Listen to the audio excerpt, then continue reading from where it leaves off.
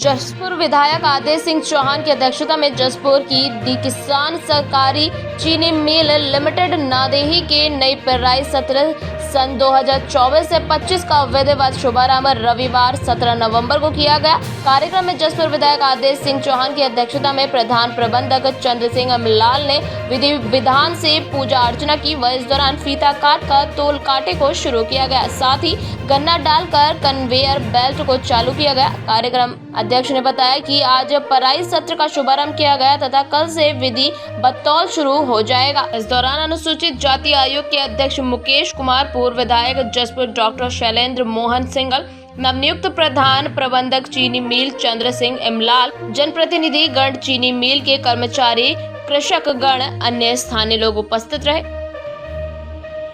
ओम शिवाशुवासा परिवेते यागा स्त्रियान् भवति जायमा।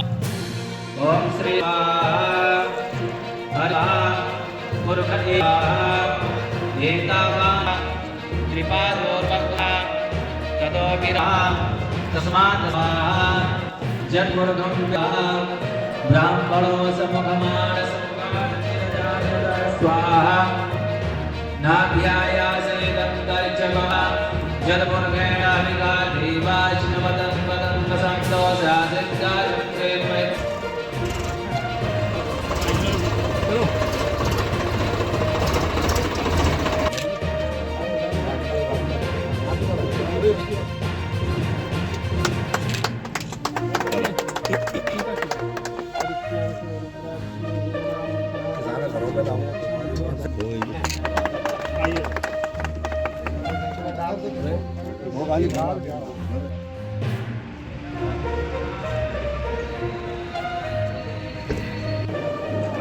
आज हमारा सत्र का शुभारंभ तो हुआ है, लेकिन अभी विधिवत शायद है कि कल चलेगा। किसानों को दिक्कत ना है, इसकी व्यवस्था की जाए, क्योंकि रिपेयर के टाइम पे जीएम हमारे दूसरे थे और आज फैक्ट्री जो कि विधिवत पूजा हुई है उसमें जीएम दूसरे, क्योंकि इनसे अगर हम कोई कल को तकनीक खराबी आएगी तो ये भी नहीं कह सकते नहीं कमी, क्योंकि रिपेयर कराने वाले जीएम का कल ट्रांसफर हो गया। आज ये सरकार की नीति के मतलब जो नीति है वो भी, लेकिन हमारा प्रयास रहेगा कि फैक्ट्री सुचारू रूप से चले। किसानों का गन्ना मूल्य तो पिछली वर्ष से हमारा ठीक रहा, पूर्ण विश्वास है कि इस वर्ष भी ठीक है। आज हम नदई चीनी मिल में आए हैं। आज चीनी मिल का उद्घाटन हुआ है और यहाँ पर आज जो विधायक जी की अध्यक्षता में आज उद्घाटन हुआ है, जो आदेश चौहान जी हैं, और सभी यहाँ आज मंत्री जी को आना था। हमारे किसान यूनियन के भी इसलिए सभी आए हैं कि आज ओपनिंग थी तो वे किसानों की चीनी मिल है, तो हमें भी यहाँ जरूरी आना था। हमारी किसानों की भागीदारी तो जरूरी है, बहुत बड़ी तादाद में किसान आए हैं यहाँ। अगर मंत्री जी आते तो कुछ हमारी मांगें थी, कुछ वो डिमांड हमने रखनी थी, जैसे कि इसमें अभी बोर्ड का गठन नहीं है। बहुत साल हो गए, 20 साल हो गए, पहले बोर्ड का गठन होता था समिति का, जो गन्ना समिति है, गन्ना समिति रहती है, बनी हुई है, और उसका गठन नहीं है बोर्ड का। बोर्ड भंग चल रहा है। हमारी सरकार से यह मांग आपके द्वारा हम कर रहे हैं, मंत्री जी आते तो हम उन्हें लिखित में भी देते कि इसका जो है बोर्ड का गठन होना चाहिए, गन्ना समिति के बोर्ड का, नदई चीनी मिल गई। ये 20 साल हो गए, इसका गठन नहीं होया है। अगर वो गठन हो जाएगा तो वो शहरी किसानों की समस्या बोर्ड को हल कराता रहेगा, क्योंकि किसानों का बोर्ड होता है तो वो समस्या जो है हल कराता रहता है। अब छोटी छोटी समस्या को हमें या अन्य और किसी लीडरों से हमें कहना पड़ता है, या हमें उसमें आंदोलन की राह पकड़नी पड़ती है, तो वो बोर्ड होगा तो वो हमारे आधे से ज़्यादा समस्या स्वतः ही हल होती रहेंगी। तो एक तो बोर्ड का हल होना चाहिए और अच्छी तरह ये मिल चला है। यही आज हमारी पूजा अर्चना यहाँ पर की गई है कि जो मिल पूरा सत्र है अच्छी तरह से चला है, और सभी जो आए हैं उनका बहुत बहुत धन्यवाद। आप पत्रकारों का बहुत बहुत धन्यवाद करते हैं। नैनीताल जिले में स्थित सैनिक विश्राम गृह काठगोदाम में कुमाऊं रेजिमेंट सेंटर के कमांडेंट ब्रिगेडियर संजय यादव विशिष्ट सेवा मेडल द्वारा कॉमन सर्विस सेंटर का उद्घाटन किया गया। इस दौरान ब्रिगेडियर संजय यादव ने कहा कि यह केंद्र पूर्व सैनिकों और वीर नारियों की पेंशन आदि से जुड़ी समस्याओं को दूर करेगा। यह पहल उन सभी गौरव सेनानियों और वीर नारियों के कल्याण की दिशा में एक महत्वपूर्ण कदम है, जो देश की सेवा में अपना सब कुछ अर्पित कर चुके हैं। इस दौरान कार्यक्रम में बड़ी संख्या में पूर्व सैनिक और वीर नारियां मौजूद रही।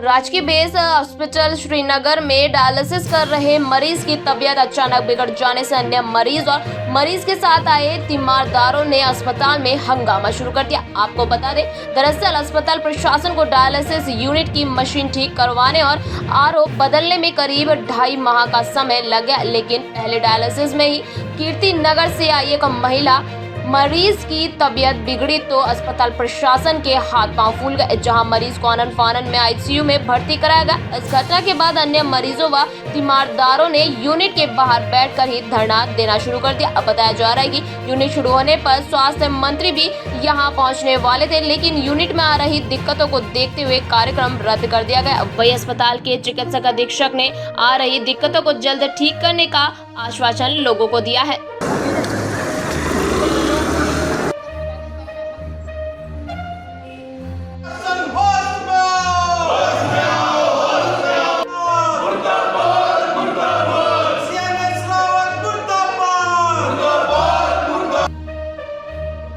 आज जो सुबह रिपोर्ट प्राप्त हुई है तो मैंने तुरंत जो है वो एचओडी मेडिसिन को दे दी और अपनी दवाई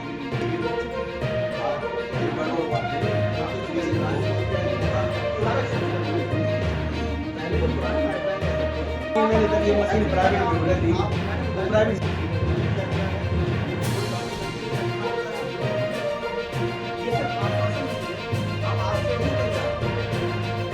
कुछ लंबे समय से हमारे डायलिसिस यूनिट में तकनीकी खराबी आने के कारण उसका मेंटेनेंस और सर्विसिंग के लिए हमने आरओ प्लांट की टीम को और डायलिसिस मशीन की टीम को बुलाया और जितनी बार भी आरओ प्लांट में काम हुआ तो उसमें हमें हर बार आरओ प्लांट के वाटर का सैंपल भेजना होता था लैब में, जिसमें हमें करीब 10 से 11 दिन में रिपोर्ट प्राप्त हो पाती थी।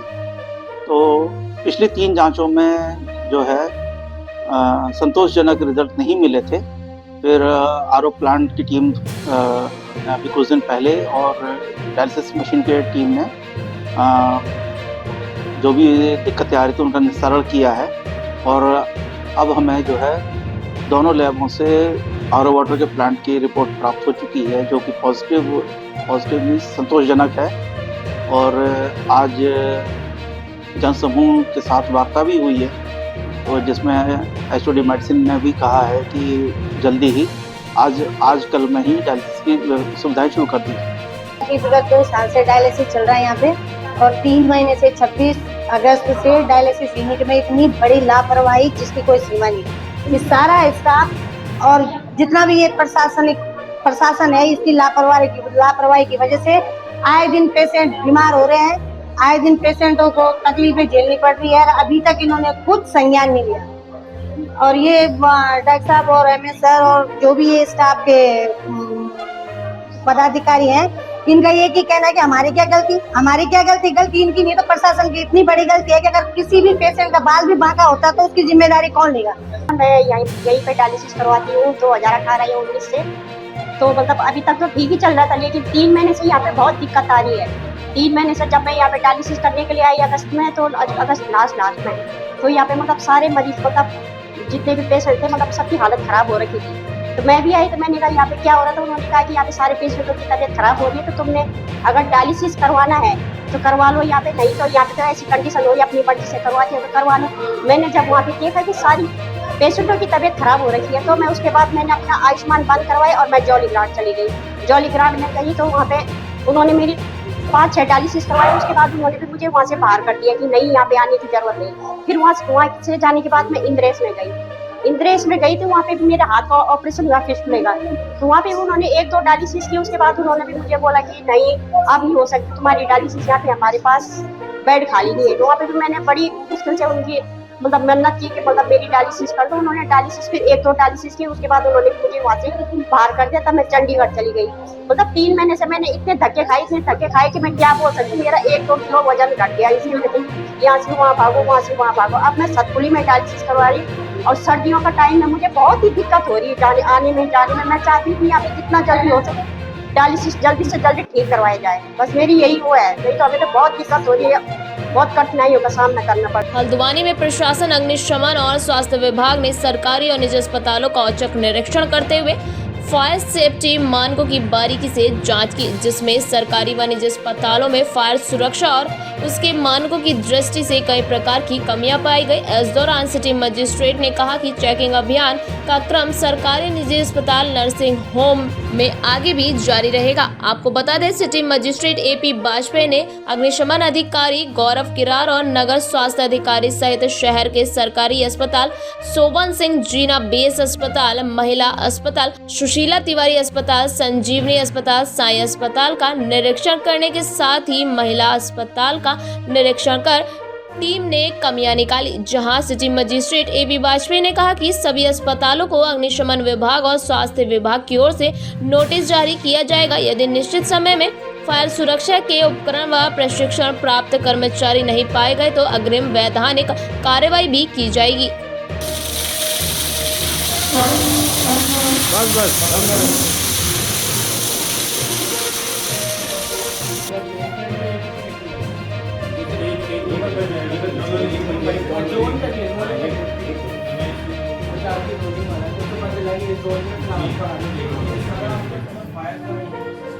फायर का सर ये हमारा कंट्रोल सिस्टम है। यहाँ सब जो हमारी मैन पावर है